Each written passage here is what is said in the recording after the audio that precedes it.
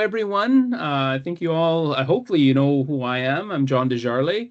I'm the executive director of the Indigenous Resource Network, and you're listening to the Indigenous Voices and Resource Development podcast. So, on this episode, you'll get to hear from Rob Martell from Saskatoon, a member of the Waterhen Lake First Nation, and proudly part of our network. So, Rob has incredible, extensive experience in engineering and leadership and is a lead engineer mechanical with BHP. Rob, welcome to the podcast. Hey, thank you. Awesome. So, IRN, a lot of things, but one of the things most proud about is that network aspect. And so building kind of a community around experiences, common experiences, hope, opportunity, and of course through kinship. So one of the things we love to kind of hear is tell us a little bit about your background, less about all those cool things you've done as an engineer. We're going to talk about that, but tell us about, where you're from, some of those ties, and then, how you're exploring that today. Well, it's a big question. So, Right. I guess just growing up, had I guess, fairly humble past, we didn't have a lot of money, right? So I think that's probably what drove me a lot to do what I ended up ultimately doing. I saw my dad, not necessarily have a great job. He tried a business at one point. It didn't really go so great. And I just was like, well, do this. I need to make some money. I need to, do better, right? So I definitely kept that in the back of my head, right? So, and it was hard to say that I had a role model, because I was looking at the questions you had and saying, is there any role models like me? And there's not, right? So growing up, I just had a drive just to work as hard as I could. Not necessarily looking out for myself, just looking out for more of how was I going to stay employed, right? How was I going to find, whatever little advance that I had. And in the resource industry, there's a lot of opportunities there, right? So I found that, you can make pretty decent money without, really having to drive high up into leadership, right? So it's just, and I stuck really technically I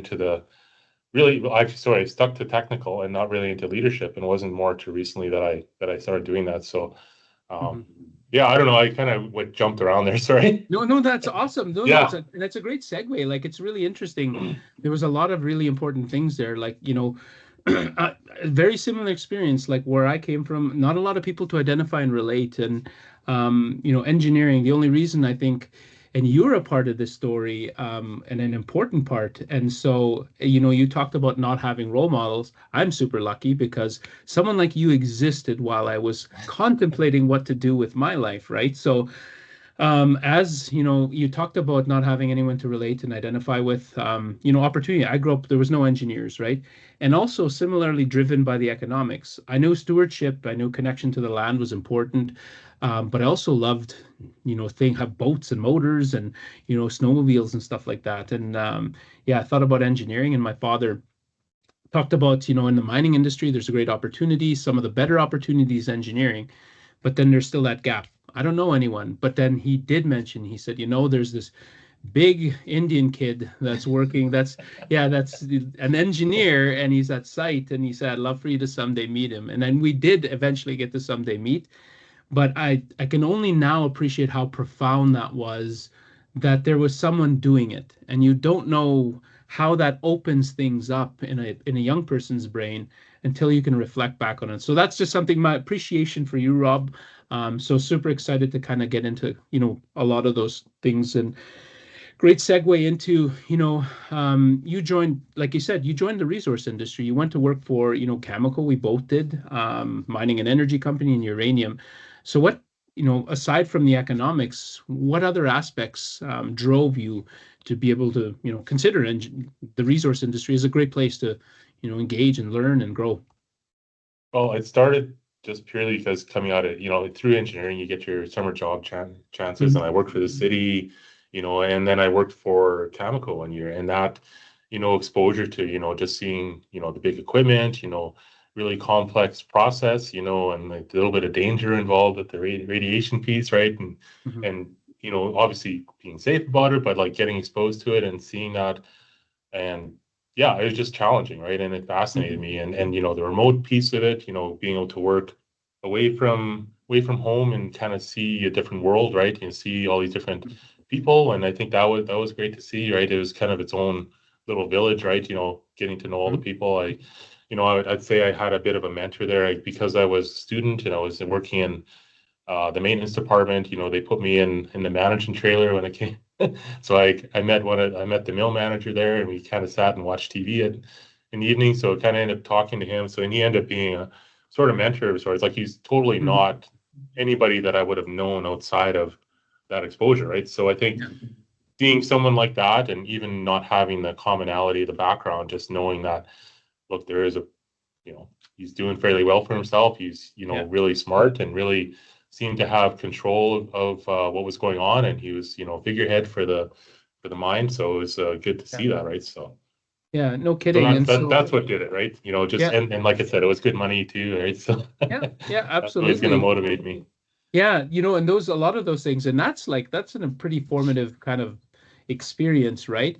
Is there any other kind of, formative experiences that you had early on in your career that thought, I'm going to spend the next 25 to 30 years here?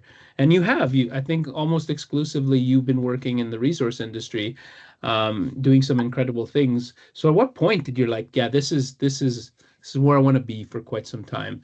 And what was that? If you remember.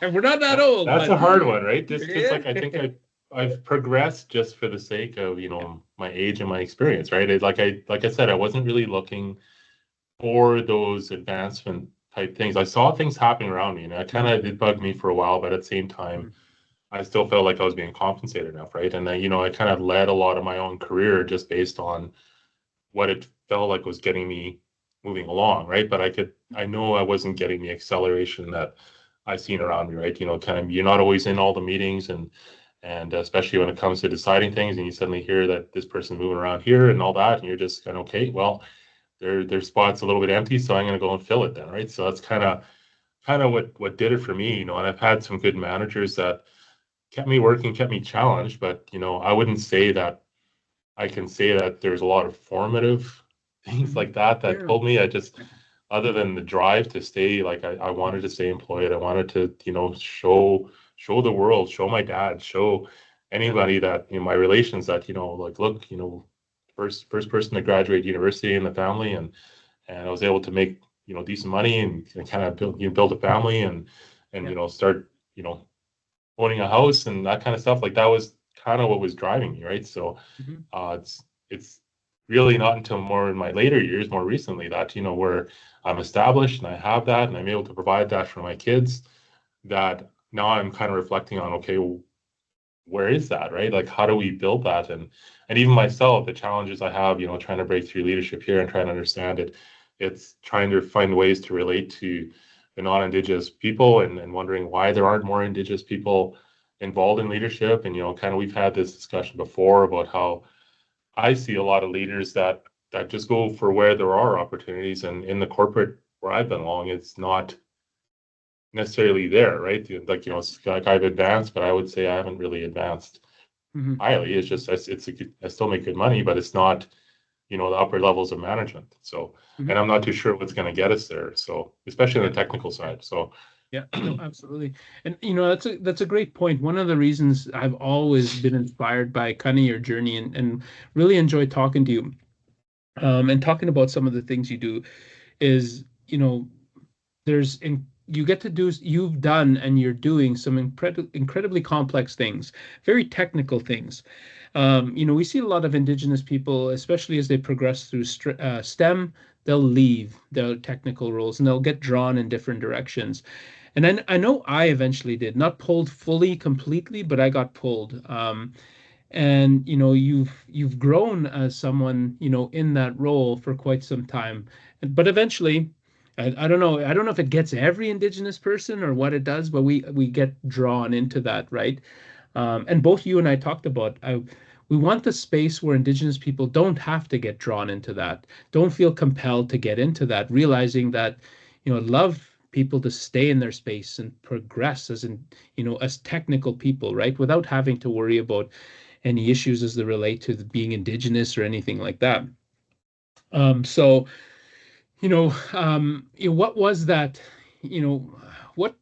where did you find yourself start? And then you talked about that. You talked, the importance of building, got to provide a home and a job and stuff like that. And then eventually, okay, there's more to it, right? And then we're going to do more. And then how do you kind of build that? So at what point did you say, I'm compelled to do more outreach or to serve or to get more involved in community, kind of explore that? As it was it a series of things? I think that's probably more fair, right? Like saying there's a Well, formative moment in your career. It's probably more yeah, fair to like when say, it comes to yeah, this more recent, I think things that have happened, like honestly, you're gonna, BHP has done a lot for me, and they really yeah, have. Like they have mhm, actually given me room to do this. It wasn't me who said, "Hey, I want to propose to my supervisor, let's go talk about Indigenous issues and how we can, look to forward, more Indigenous involvement, employment, and get some representation." It's like they brought it to me and said, "Hey, you want to start looking into this? Like you see that you've got, obviously you fit the bill, you got your Indigenous, and you're pretty smart, right? But let's give you some space." So I've had the space to start exploring that, and you talked about the different couple different employee resource groups we started. We initially started with the advocacy group, which is about how does the potash, this sector of BHP want to respond to the truth and reconciliation calls, and a lot of it came just because of the more recent events when all those graves were found in BC, right? That yeah, kind of sparked people to say, let's do something. And of course, being who I am, I was like, yeah, I want to see what they're doing. I want to kind of help shape and provide that Indigenous experience to some of the things that they're going to do, right? So, yeah, and then moving on, more recently, we started this group while supporting just the Indigenous employees and starting to understand, well, how do we develop ourselves as leaders and get ourselves heard and start develop and maybe exploring some of those harder things to talk about, like what do we need to break those barriers and get that full representation and make sure our leaders are supported and visible and actually start to become those role models, right? So mhm, that's the exciting part that I'm seeing right now, and in trying to leverage our different senior sponsors. I've never talked to the level of leadership that I have in the more recent years, just because I've been exposed to this, and they have an interest in I think doing more than just what the numbers are, right? They're of course driven by the numbers, I would say yeah, still, right? To yeah, to get the employees, but I think they're starting to understand that, and as they see people come and go, it's not just normal. Um, as people come and go and leave and for normal reasons. This is like, well, they're leaving because the opportunities aren't there. We're losing leaders, and why are we losing leaders? And why did they choose to go to FSIN, or why did they choose to go to, work for these Indigenous companies when you know we have mhm, opportunities here, right? And I talked to you about this before. It's like it's more than just about mentorship and talent and the ability to do things. yeah, There's a sponsorship element too of how do we get people relating to you, or taking that step to want to relate to you, to say, well, hey, he's got talent, and or she's got talent, and they should be moving along, and what is that barrier, and how can I yeah, help them, right? How can I help shape their career? And so I feel like I'm more towards the end of my career, being 50 plus, like it's starting to look at retirement a lot sooner. It's definitely closer than the start of my career. So mhm, um, but I'm not necessarily saying that I'm done, right? So I definitely want to see where this takes me. So yeah. yeah, getting that exposure to these senior leaders and bending their ear and trying to understand that, get them to understand my perspective, getting them interested in my perspective. I think, uh, yeah, Yeah, like that's one of the things I have to say, and I love giving credit where credit's due. And so, in my experience in the past, there's that, and our good friend works with BHP and talked about this in the past as well too, colleague, but he talked about that epistemic exploitation, and that's the one thing that is feels different at BHP, and so they're actually creating a culture where it's not about you're indigenous, it's about you're indigenous and do you want and not compelled to do it. It's not an obligation, it's totally voluntary, and then there's space created. And hearing about a lot of the like things like the resource group and mentorship, and then how do you facilitate it, and how do you do it. And so I think there's a really great question in there. how important or impactful is it to have a mentor, and taking that even further, an Indigenous mentor or role model? How important is something like that? Well, it's obviously important to you, right? Like Right? so I It's was, huge. Yeah. really It's flattered when you put rhetorical. that That's on a LinkedIn. I rhetorical was like, question. oh my God, he's gonna make me cry, right? Like I was like, Yeah. I wish I would have had that. I just did it purely because I needed to, I had that drive to, I had good, STEM marks. I was good and Yeah. always good in science and Mhm. math in particular. And, I even take a look back at when I looked at the university catalog, I was like, which one doesn't involve English? I just hated, the English and that. So I was like, well, engineering's over here, computer science maybe, but Yeah. wait a second, there's a lot of, BA stuff there that, Yeah. that didn't interest me as much. So I was like, okay. And then I kind of just went from there. So, Yeah. um, yeah, so it's like, I forgot where we were going with that, but No, no, no, this whole absolutely. this whole Yeah. role model piece, yeah. Yeah. So and then I think even getting exposed to these conferences that we've gone to, right? Yeah. The ACES conferences. I think the big one, Mhm. back and just before the pandemic there in Saskatoon. That's when I kind of started to really see. Like I've heard of these people, kind of, when we Yeah. heard about ACs, I started researching and seeing there's Yeah. some incredible things happening there. But yeah, Yeah. being in there just, made me, I was fascinated with that group. And I was like, well, how can I help, Yeah. be that example, be that role model? How can I show and, maybe even stand out for someone, right? Or stand up for someone and say, well, hey, give that person a chance or, yeah. So it's kind of a drive that I've had to try and look for those other, Indigenous Mhm. engineers or people are looking for a break and even just maybe having a good place to come to and be able to help them get through their career. I guess, that's my Yeah. goal eventually is to look at getting more people here like I haven't seen a lot, but Yeah. I it's know. And coming. yeah, it is Yeah. coming. There's a lot more efforts that are starting to organize and collect and coordinate, which is really exciting. I feel like we're, approaching, kind of a tipping point, where I think we'll start to see a drive towards greater representation. And so, and we talked about this. I always talk about how important it's so important that we can identify and relate, and it helps. And from me, it always opened things up. When I was 21, 22, I didn't know the impact knowing someone like you. And when I was 25, 26, when I was first starting engineering, seeing Matthew Dunn on the walls, in terms of the Inspire Award and whatever. And then as I move through Sarah Gauthier, and then as I go through and people from Saskatchewan see them, and it's funny because no one's ever truly comfortable with that, but they are like in all these. And, I hope I'm a role model and I hope I inspire, but just being able to identify and relate, it just opened things up, which was profound, right? And so, and you talked about that, like it's important to have an Indigenous role model because we can identify and relate, but more importantly, it's important to have a mentor or a role model, period. And so you talked a little bit about one initially in your career, but do you have people that mentors and role models that really stand out?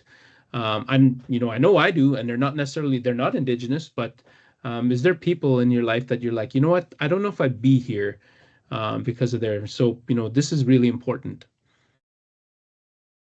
Uh, well, I'd say the current Simon's been pretty inspirational here, just, seeing his interest. And I think we talked about, the interesting um, relationship I've had with the Australian non-Indigenous Mhm. people because it's like they have their own colonization issues, right? And that relationship between Indigenous people there, but like it's like they don't own the issues here, so but they're very similar, right? So they're able to talk about them. I think a little more freely, right? And without the guilt that drives us, which isn't always the best thing, I think, for reconciliation, right? I think it's a good starting point, but it's not going to be the thing that does it. So it's been really, inspirational talking to him because he has looked upon me. One of the things he Mhm. said to me is like, "Hey, you've got good ideas, Rob.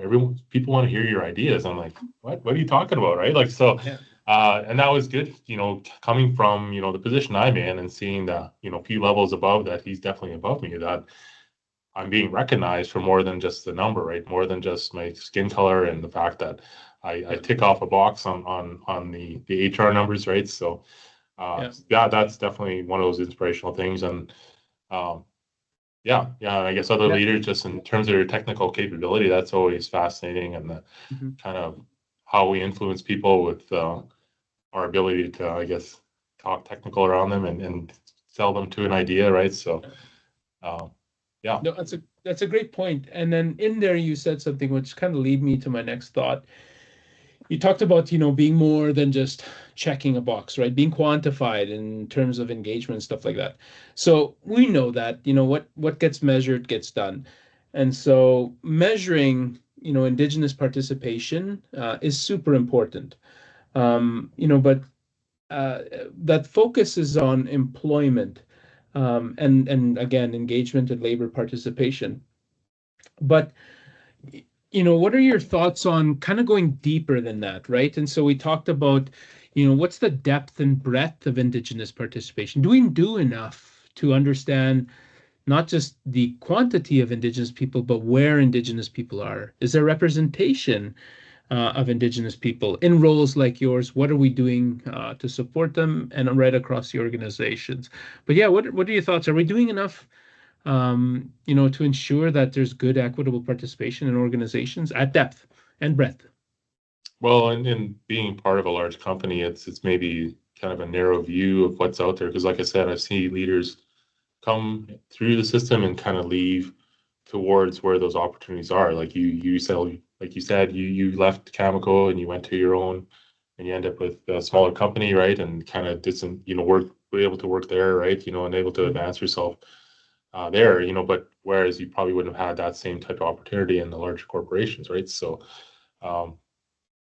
yeah, like I guess what I'm saying, I'm starting to see it, like in myself, I would say I'm, starting example, like, but there's definitely, there are other examples, but they're of course in different departments, right? And I think I'm trying to challenge myself to understand, okay, what are they doing? What are their visibility, and leveraging the group that we have together to say, well, how do I let like, hey, you're a role model, you're in the leadership, and how do I get you to recognize that and help lead us, as Indigenous employees, to say, well, how can we utilize your influence and your position within the company, even if it's not on the same reporting lines. Let's get you out there, right? You talk to corporate speak, you've been able to advance yourself, so let's leverage that for other people, right? So I think that's yeah absolutely. Like I mean, yeah, no, it's a great answer. Like, I mean, even just identifying you in your role and then giving you a space to kind of diversify and grow,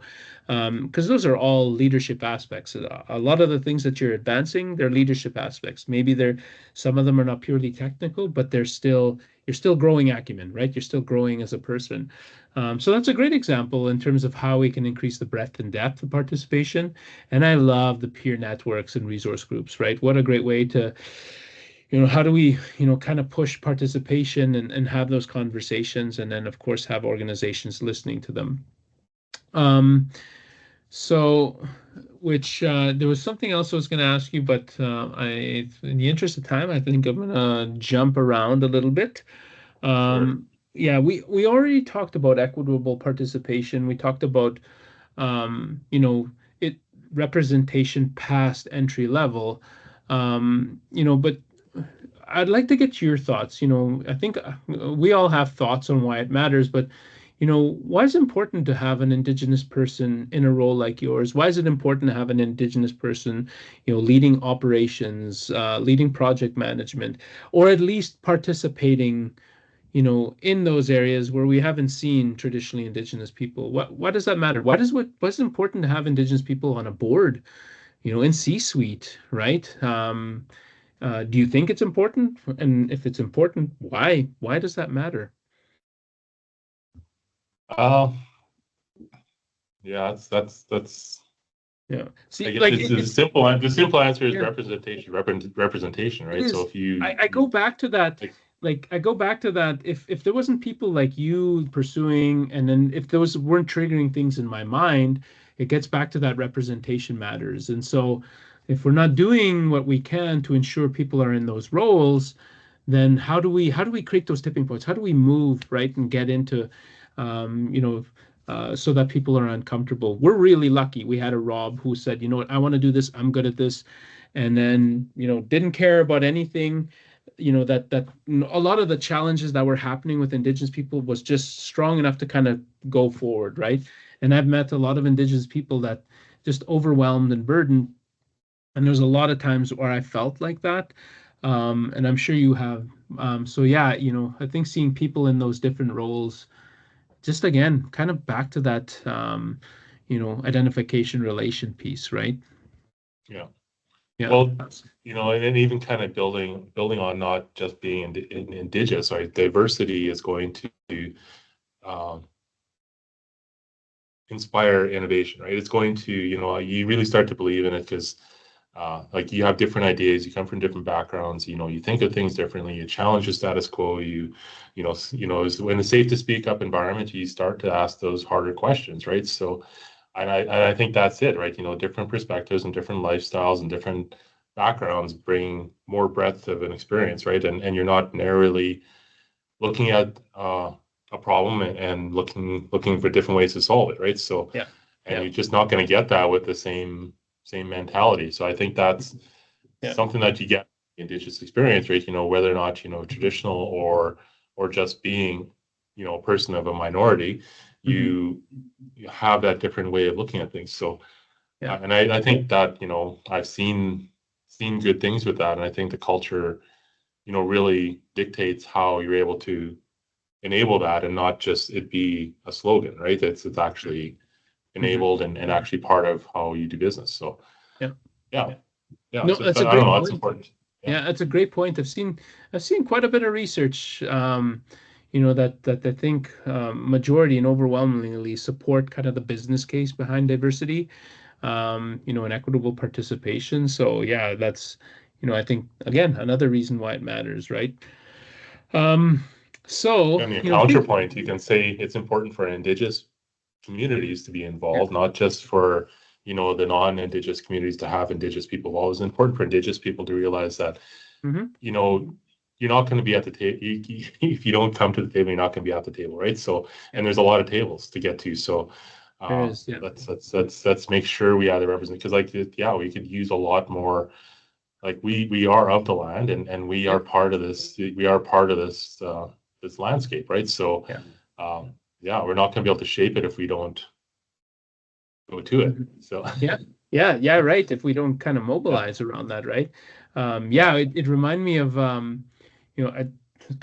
gave a guest lecture the other day and I was talking about at the Scaleway Wind, like that kind of that desire to work or whatever.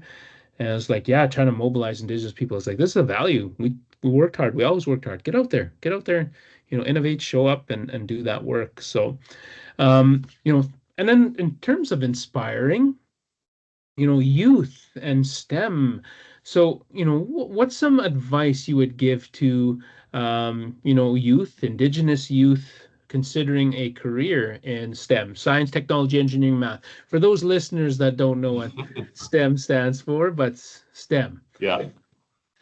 It's there's a certain amount of just are you interested in it, but I also say like you can learn like show the capacity, getting a university degree and educating yourself is just not even about what you learn. It's actually showing the capacity that you can learn.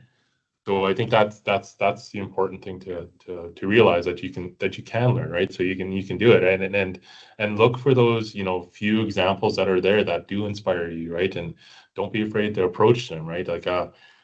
this conference coming up, the last one we had last year was pretty inspiring to see all those younger people, and then of course seeing some of the older people that I just didn't realize were there, right? So it was really a humbling experience to see that and kind of really inspiring just to see that many people and and we outnumbered all the non-Indigenous people for sure there, right? Which is a different feeling, right? It's not something I've had very often, so especially in the technical space, right? You don't see a bunch of smart, all these brains floating around there, and they're all attached to Indigenous faces, right? So that's kind of cool. So that's what I would look for. Yeah. You know, embrace the commonality where you can with your non-Indigenous Mhm. peers, but then look for the ones that are there that help inspire you. So Yeah. and don't be afraid to look back, and maybe there is someone like a John that's inspired by you, right? That you weren't aware of. Because like, yeah, I didn't. Mhm. We Yeah, always talk absolutely. about our kind of crossing, Yeah. how we kind of crossed at Yeah. Cameco and how, yeah, but I didn't, yeah, that hearing that story, that was pretty cool. Yeah. No, it's an Told important my story. dad, he was pretty inspired too. Oh, that's awesome. That's awesome. No, I talked to my dad about it recently too, and then we kind of had a nice kind of moment there as well too. When there's something let's talk about kind of this organizing and collective and resources, programs, networks that we think about that are a resource to Indigenous youth and considering STEM. But you talked about this conference. And so I think it comes back to that theme, identification, relate, building a community that reflects kind of kinship. I heard it a lot of said a lot of ways. You go to this place. I know my first ACES conference, I couldn't believe there was that many Indigenous nerds that would organ period, and then of course in one place. And then multi-generational, I was like, whoa, we had grandfathers, fathers, and sons that were all working in university in STEM. I was like, what, three generations? Like yourself, first engineer that came from my community, right? And I'm the second university educated in my family, and all those type of first. But there's a community or growing and organizing, and now there's one in Canada. Let's you know how important is that to kind of get together, to collect, to see other people, to share ideas? Again, with experiences I think we can relate with. How did like tell me more about that experience, the ACES Canada conference, national conference. Tell me about your experience with it. Well, so the last one there, I kind of sat at the table representing BHP, at the same time trying to Mhm. recruit people. So that was interesting, seeing these different people, come to the table, what's BHP about, trying to sell it, but also not trying to sell it, just trying to say, well, what are you wanting to do, right? And what inspires you? And, those, having that discussion and having someone look at you, hey, this guy's got experience, and you're like, what are you talking about, right? And Mhm. just and yeah, and then you start to realize, wait a second, yeah, I've been working for 20 years, and yeah, it should be inspiring. So Mhm. there's a bit of responsibility that comes with that. So let's make sure we spread that, right? And I think, you know, letting other people know that there's other people out there like you is pretty powerful, right? It's really, really powerful. And it was really, like I said, it was very humbling. It was really, really emotional Mhm. for a part towards the end there, especially in that talking circle at the end there. That was really eye opening. I didn't think that was in me. So, Yep. uh, but yeah, so yeah, embrace it. And I think there's ways to build community within a community, right? Yep. Being the minority in the company, there are other people out there like you, right? And looking to them and identifying them and knowing that they're more than just a number two as well is a good thing too, right? So I think that's what inspired me a lot to just understand who we all were, because I saw the number thrown up on a couple of different town halls, and we see when they start counting on numbers and going, well, Yep. where does that percentage come up to? And then you start to realize, wait a second, they're there, right? And Yeah. they're not always as visible too, right? Because we all come from different backgrounds, mixed Yeah. heritage, and all that too. So I think that helped bring that out. And then the cool thing is you start to realize there's a lot of commonality in the experience, and you can even coming from different levels of immersed in your culture, right? So Mhm. but yeah, there's a lot of commonality there, and I think that helps build some strength, and you can leverage off each other to inspire, and take a break from each other. You can get a little chance to vent about some things, and Yeah.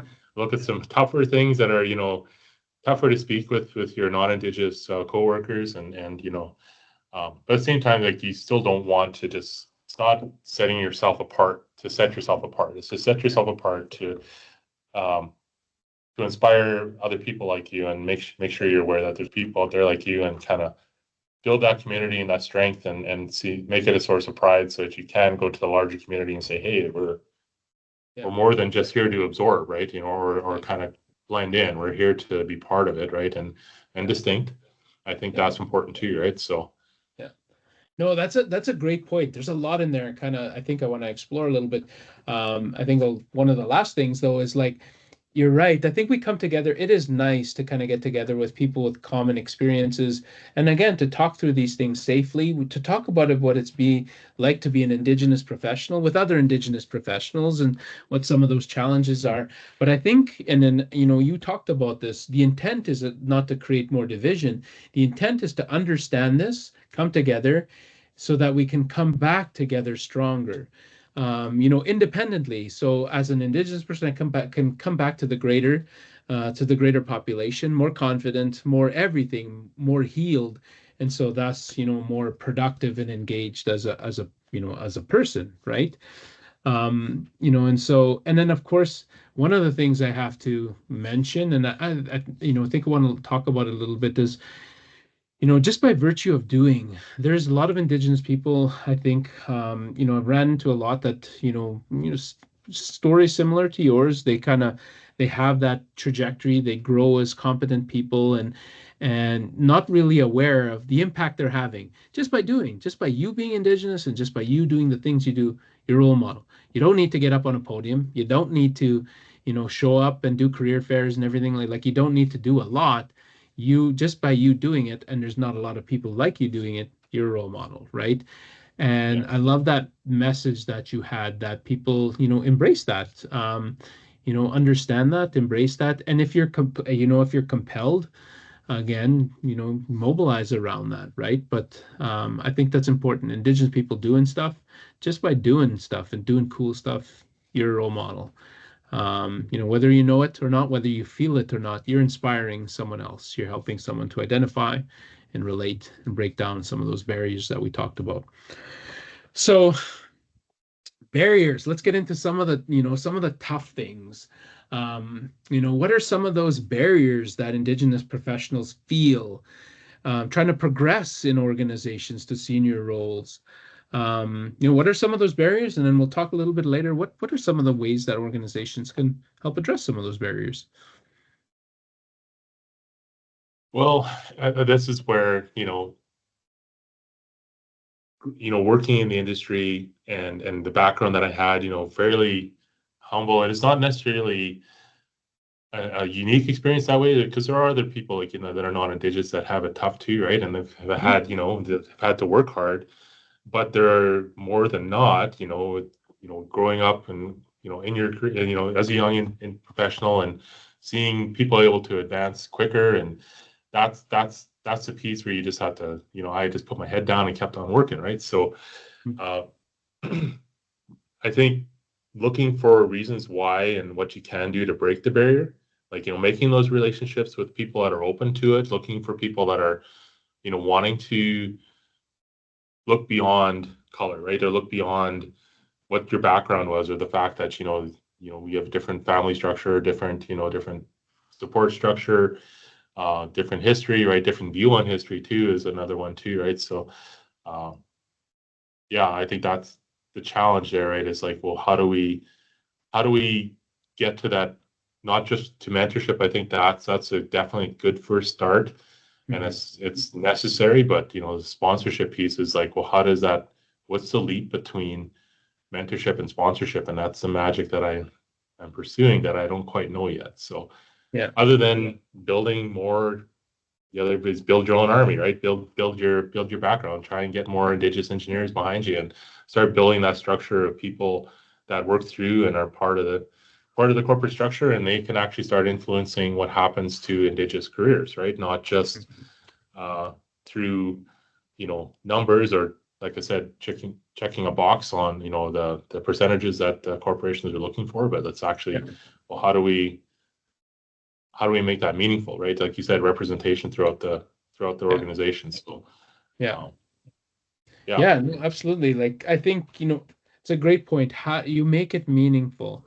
I think a lot of strategies, tactics, we got to make them meaningful, less performative, right? Less, mhm, we're counting things, we have goals and understanding, and my experience is that shows up all over the place. Procurement, right? And so, performative.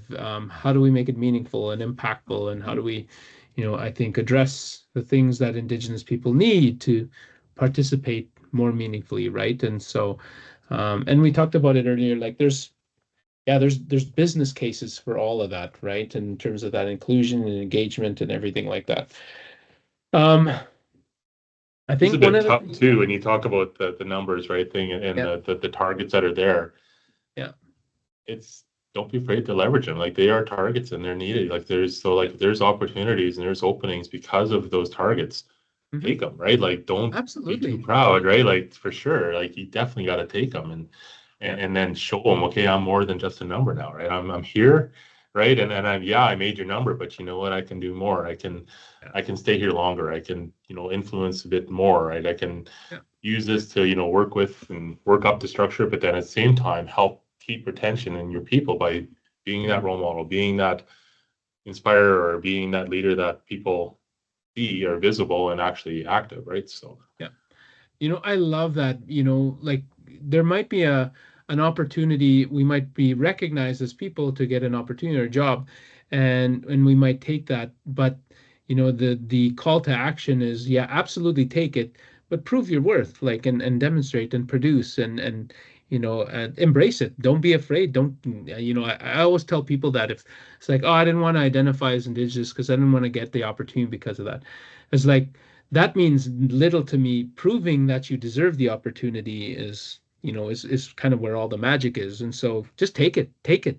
Someone else is going to take it. Like, everyone's going to forget the fact that you got the job because you're Indigenous once you start working, and everything like that. None of that's going to matter. What's going to matter is how you perform, and that's going to influence kind of the rest of your career. And I think you mentioned that, and we talked about that, and that's really important. One of the things I talked about the other day was talking with a group was kind of that imposter syndrome. And then I always tell people now is like, you know, of course we're all going to feel that, and that's fine, but don't accept it. Don't accept it. Like you deserve to be here, right? you deserve to Yeah, be people here. You want to hear your deserve to be ideas, worthy. right? Yeah. That's Yeah. inspiring. Yeah. Yeah, you matter. As like, of course, yeah, of course it exists. Of course, a lot of people feel it, but I don't. I stopped accepting it, and my life changed because of it. Right? You should stop accepting it. You're here because you applied, because you got recognized, because you, and by merits and by the merits of all standards. So I think that's an important piece too. So, I think we've asked a lot of questions. We talked a little bit about yourself. We talked about some of the cool things we did. We talked about resource development and some of the inspirations within that, and your little bit about your career in mining. We talked about something, and we both have a strong passion for is Indigenous people in STEM, and increasing the representation and participation of Indigenous people in that, and some of those barriers and some of those issues, some of the communities of support around that. Some of the great ways I think in BHP is embracing inclusion and the meaningful participation of Indigenous people. Um, but lastly, this is where, I kind of turn it back to you. What are some of the things? What's the thing we should leave this conversation on, Rob? What's one of the things that our listeners and people, kind of tuning in, we should leave them with as we wrap things up? A couple of big Indian engineers, just having a little chitty chat. What is one of the things we're gonna leave the audience with? Oh boy. Right? I know now that you're What? called Like on that, yeah. there's the call for that. We talk all the time about all sorts of things.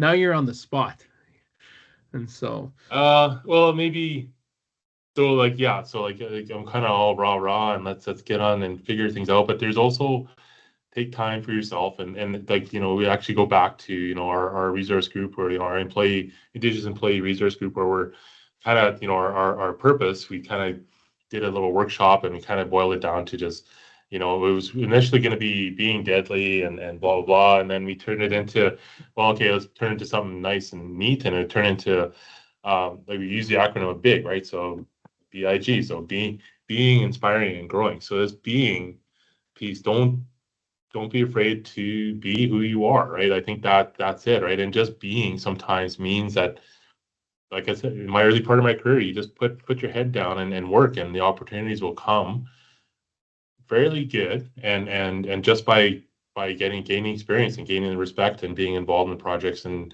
being involved in the different pieces you get involved in, right? It's that building that experience. There's a lot of value in just doing that and just being. So putting a lot of pressure, I think that's a little bit tough on everyone to say, hey, you have to be in, got to be involved in the group. You got to speak up. Other people just want to be there, right? And the part of being there is just talking to each other, being in the same room with each other, taking some time to talk with your family and your what's going on in your life, and that kind of stuff is important. So I think that's, let's not forget that too, right? I think that's part of this group of belonging, is just being, right? So what does that look like to you? And the inspiring and growing, it's always there, right? I think but just as important to be. Oh, I love that. That is so Indigenous, like so Indigenous. And like you go to a lot of groups, meetings and everything like that, but there's this strong just existing relational component to everything.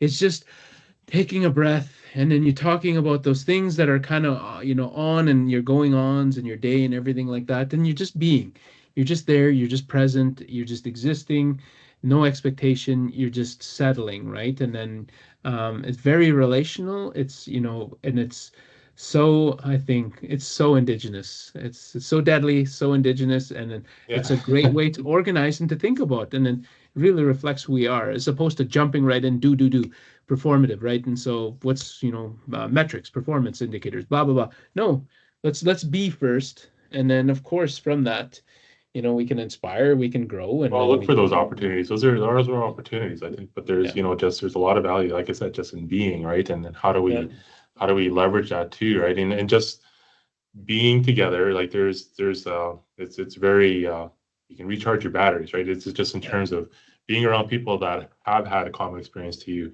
have the same frustrations, you have seen different things, right? Good or bad, like it, just to be able to relate, I think. When you're not looked upon as the only Indian in the room, I guess is the other way of looking at it too. That's where I kind of try to take a step back from the advocacy side, because you realize that there are so many questions out there, and they kind of put you on the spot as to answer, okay, what's wrong and how do we fix it? And it's like, well, that's a big ask, right?